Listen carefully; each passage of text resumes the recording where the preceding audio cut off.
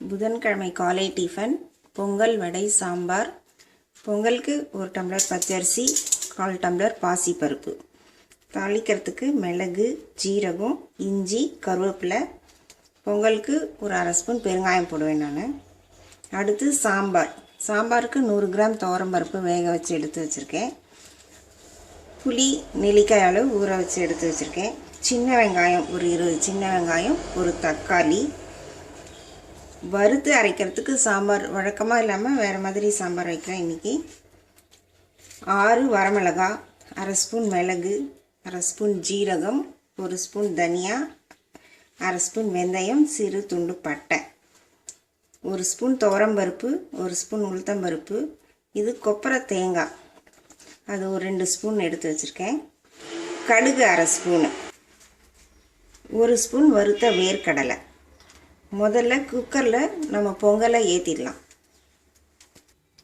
வடைக்கு 1 டம்ளர் உளுந்து ஊற வச்சு எடுத்து வச்சுருக்கேன். நைட்டே கூட உளுந்தை ஊற வச்சு ஃப்ரிட்ஜில் எடுத்து வச்சுக்கலாம். உளுந்தை அரைச்சி மாவாக வைக்கக்கூடாது, ஊறின உளுந்தை தான் ஃப்ரிட்ஜில் வைக்கணும். இப்போ அரிசியும் பருப்பையும் தண்ணி விட்டு நல்லா களைஞ்சி கழுவி எடுத்துக்கலாம். 4 டம்ளர் தண்ணி விட்டுறேன்.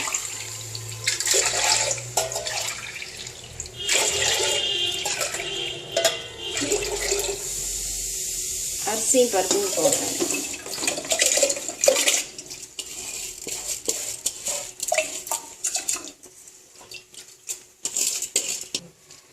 சிட்டிகை மஞ்சத்தூள்,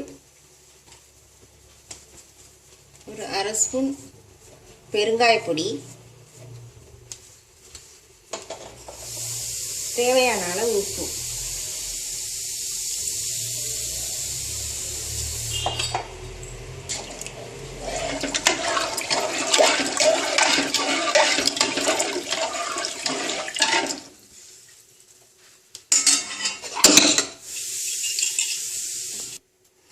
குக்கரை மூடிட்டு 3 விசில் விட்டு இறக்கிடலாம். இப்போ சாம்பாருக்கு இதெல்லாம் நல்ல கனமான வானலியில் ட்ரை ரோஸ்ட் பண்ணி எடுத்துக்கணும்.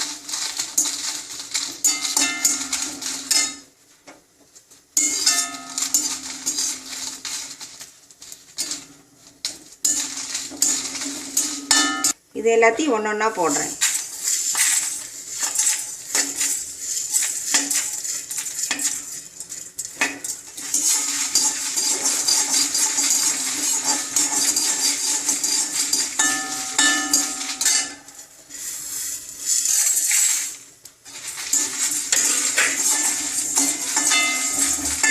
துவரம்பருப்பு,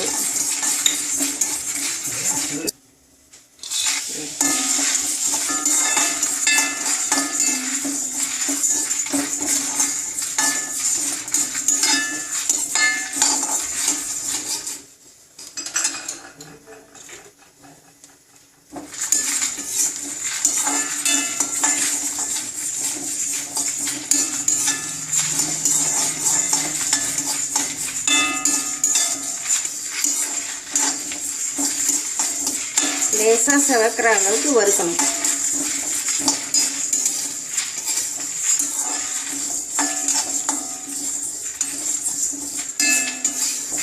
நல்லா வாசனை வந்துடுச்சு. இப்போ இறக்கிடலாம்.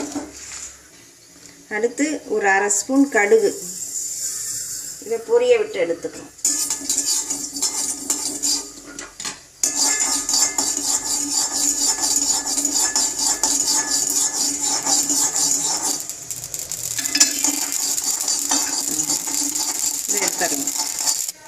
அடுத்து கொப்பரை துருவல் 2 ஸ்பூனு.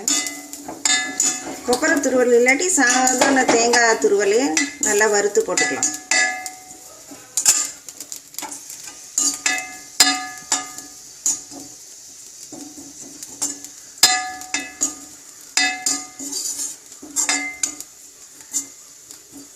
வறுபட்டுருச்சு. இந்த அளவுக்கு வறுத்தா போதும். இதை இறக்கிடுவேன். இப்போ சாம்பார் தாளிக்கலாம். 2 ஸ்பூன் எண்ணெய் விடுறேன். இப்போ 1/2 ஸ்பூன் கடுகு போடுறேன்.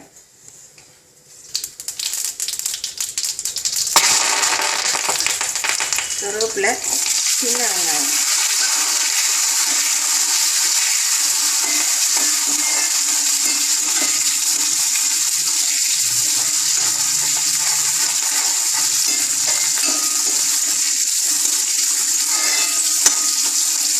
தக்காளி பழம்.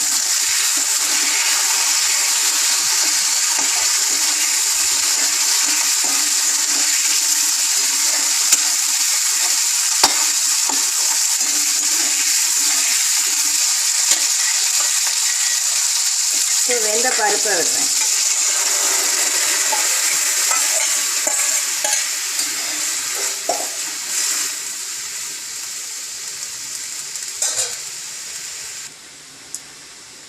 இப்போ நெல்லிக்காய் அளவு புளி கரைச்சி விடுறேன்.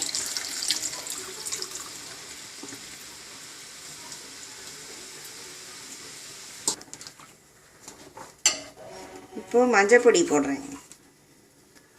1/2 ஸ்பூன் மஞ்சள் பொடி,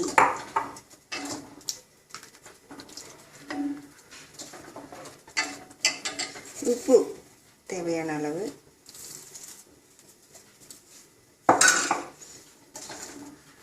இதில் கேரட், உருளைக்கிழங்கு, கத்திரிக்காய் இந்த காயெல்லாம் கூட வதக்கி சேர்த்துக்கலாம். இது கொதி வரும்போது இந்த பொடியை போடணும்.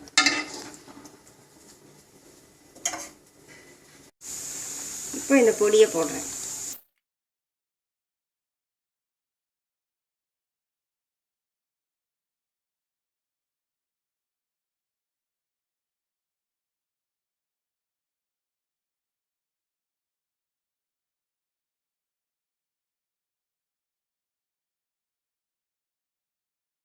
நிமிஷம் கொதிச்சா போதும், இறக்கிடலாம் சாம்பார்.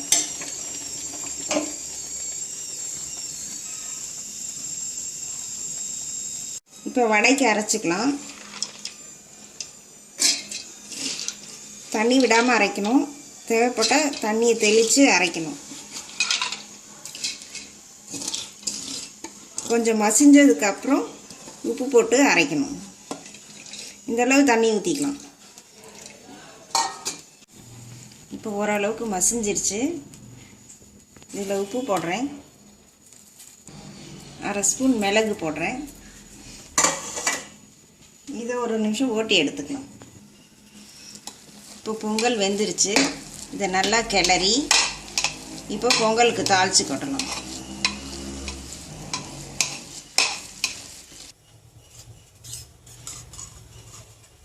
தாளிக்கிறதுக்கு 1 ஸ்பூன் நெய் விட்டுருக்கேன். சாப்பிடும்போது பொங்கலில் நெய் விட்டு சாப்பிட்டுக்கலாம்.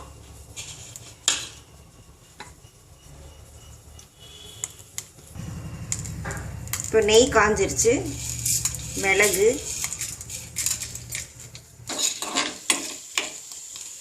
அடுத்து ஜீரகம், கொஞ்சம் இஞ்சி, கருவேப்பிலை, அடுப்பு அணைச்சிட்டு முந்திரி பருப்பு. இந்த சூட்லேயே இது வறுபட்டுரும்.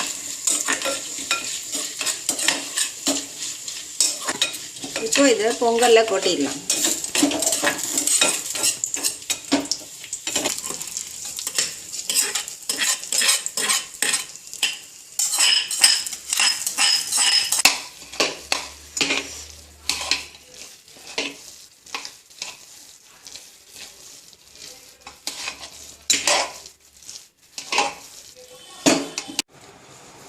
இப்போ வடை மாவு அரைச்சாச்சு.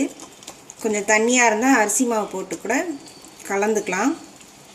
நான் அந்தளவுக்கு தண்ணி ஊற்றி கரெக்டாக அரைச்சிருக்கேன். அதனால் கெட்டியமாக இருக்குது. அரிசி மாவு போடலை. இப்போ வடையை தட்டி போடலாம். எண்ணெய் காஞ்சிருச்சு.